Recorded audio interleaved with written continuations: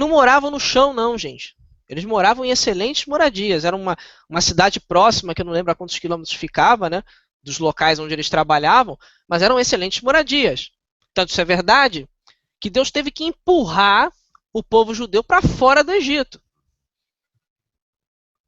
Por que vocês acham que tinha que comer apressadamente, com cajado na mão, e já viajar no dia seguinte? Porque o povo não podia pensar duas vezes. Ah, e se eu ficar? Não podia ter isso. Tanto que na viagem já do deserto, muita gente queria voltar. Muita gente queria voltar. Tinha gente querendo dizer, não, no Egito isso não acontecia. Nos trouxe aqui para o deserto para morrer. O que eu quero dizer com isso? Aqueles que estão dentro das religiões e têm medo de tomar uma decisão, porque é muito cômodo, né? Eu sou casado com uma pessoa, tenho filhos, por exemplo, né? E essa pessoa não é convertida nem nada, nem compartilha da mesma fé que eu, mas eu vou para a igreja. Ou eu vou para uma igreja e ela vai para outra. A família está dividida. Não compartilham da mesma fé. Entendeu? Mas eu estou dentro da igreja. Em vez de eu tentar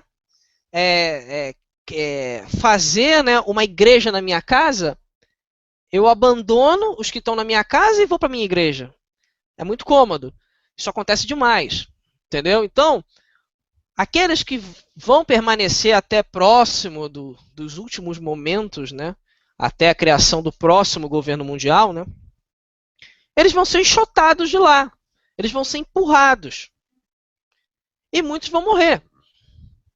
Por terem descoberto isso tarde. Exemplo rápido. Muito judeu morreu. Quem estuda a história do nazismo percebe, né, que o judeu já estava sendo avisado por Deus que aquelas coisas todas iriam acontecer alguns anos antes. Mas o judeu não queria enxergar. Até no último momento, antes da religião nazi aparecer, ainda tinha judeu falando: ah, mas eles não podem matar a gente, nós trabalhamos nas fábricas deles. Eles precisam da nossa mão de obra. Tinha muitos judeus usando esse tipo de pensamento. Eles não estavam querendo acreditar que Babilônia estava rejeitando eles. Entendeu, gente? Quem é trigo, não adianta ficar tentando se esconder dentro de Babilônia. Não dura muito tempo. Entendeu? Não adianta você querer pegar uma vela e tentar esconder ela embaixo de uma mesa quando o quarto é totalmente escuro. Alguém vai ver aquela luz, entendeu? Então, minha resposta à sua pergunta é: o que vai acontecer com eles? Ou vão morrer por terem descoberto tarde, ou vão ser enxotados de lá, porque não fazem parte. Ô Ok? Marcelo, Marcelo, Sim, para tá me falar. ouvindo? Aqui é o Jaime, vou ser rápido por causa do tempo.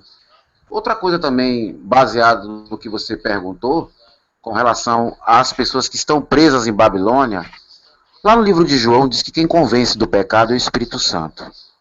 Então nós não devemos pensar que essa obra é nossa. A obra de retirar as pessoas de Babilônia, das pessoas serem livradas de lá, não será feita por mãos humanas. Às vezes nós nos achamos megalomaníacos ou que temos uma capacidade, mas não é nós que fazemos isso. Quem vai livrar esses irmãos de lá de Babilônia, ou tirá-los de lá, é o Espírito Santo através do convencimento do pecado.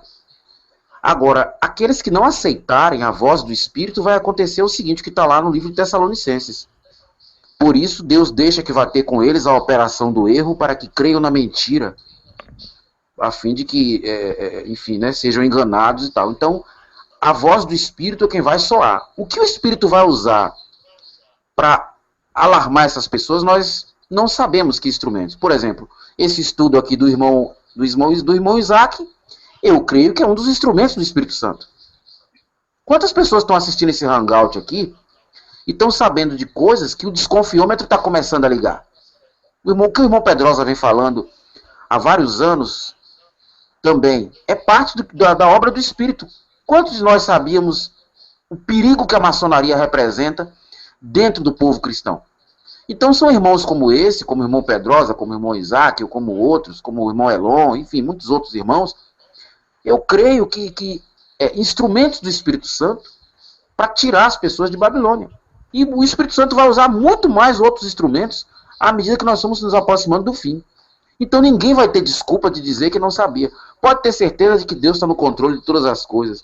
E as pessoas que estão lá vão ouvir o bramido do Espírito e vão sair. Os que não quiserem vão continuar lá dentro sendo enganados, né, porque não quiseram aceitar a pura palavra da verdade. Deixa eu fazer um comentário aqui de uma coisa que eu acabei de perceber. Quando o nosso irmão aí fez um comentário sobre o círculo iniciático de Hermes, né? Para quem se recorda dos estudos anteriores, a gente comentou sobre Hermes, né? Então, por incrível que pareça, né, o que eu falei não foi uma besteira tão grande assim, né? Para quem conseguir associar aí, já percebeu que o que eu falei não foi besteira. Quando eu falei sobre Hermes e a comparação dele com o próprio Satanás, entendeu? Aí aqui tem o círculo iniciático de Hermes. Foi muito bom a pesquisa que ele fez aí, que já completou um pouco da palestra anterior. Alguém mais gostaria de falar?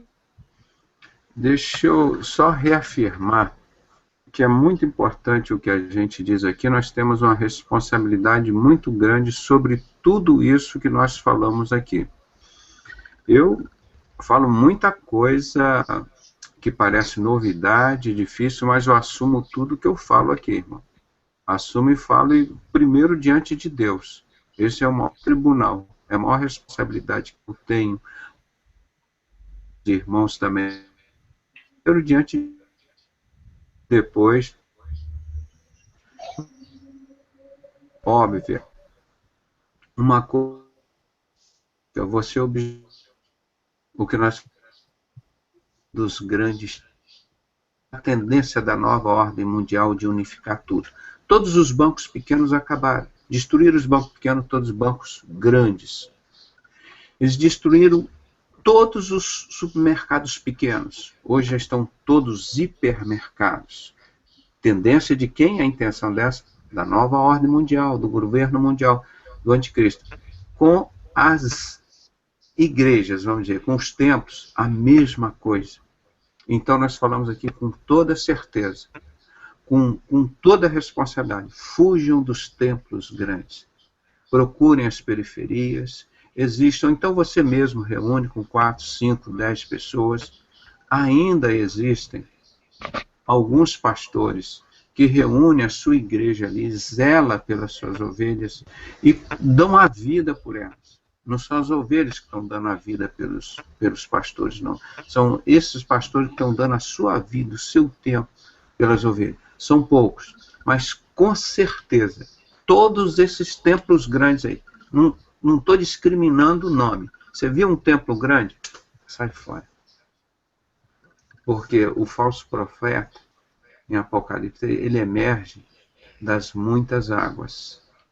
Das muitas águas. Esse sistema do governo mundial, do anticristo, do falso profeta, das multidões. Vocês já viram isso, não é? Então isso é só uma coisa prática. Nós não estamos querendo dizer, você tem que sair da religião tal, da outra tal, examinar tudo e reter o que é bom. Porque nós sabemos que é pouca coisa boa que tem para reter. Então, cuidado, porque a sua conivência, convivência ali com o mal, se acostuma com o mal. E a palavra de Deus nos ensina para fugir da aparência do mal. Né? Fugir do mal da aparência. Então, Deus já nos deu essas orientações, é o que nós temos falado aqui, e nós não estamos errados neste conceito. Você pode ter certeza, porque da Igreja de Cristo é essa. Pode falar, irmão Pedro. Pedrosa, Pai do Senhor para os irmãos, a todos que estão aí no Hangout. Eu queria só, para acrescentar o que você está falando, ainda há pouco mesmo eu estava aqui e estava vendo o Globo Repórter, uma parte, e só um pedacinho que eu queria participar aqui do programa, para assistir o programa, e me chamou a atenção porque eles estavam fazendo reportagem hoje sobre a família, né? Aí pegaram uma família tradicional, né, um homem e uma mulher, e deram a ilustração que o homem estava separado da mulher e vive amigavelmente com a mulher dele. Não, o homem vivendo separado da mulher, um casal vivendo separado, cada um no seu apartamento, um na Barra, outro no Leblon, ou no Leme. E depois mostraram um casal de lésbica, né, morando junto. Aí eu estava até pensando, né, depois eu raciocinando, a campanha da Globo é tão enorme com a destruição da família, que nós podemos perceber isso a olho nu, até as pessoas que realmente nem têm vínculo com... Até o ateu percebe isso, que tá ficando uma coisa tão assim absurda que nós podemos perceber assim, mesmo que você não queira, porque aí as pessoas falam, você está... Porque, irmãos, eu fui católico, eu estudei no Seminário Arquidiocesano de São José quando eu tinha 15 anos. Meu avô era católico, minha mãe é católica, meus irmãos são todos católicos. Eu tenho 16 irmãos, só eu que sou cristão.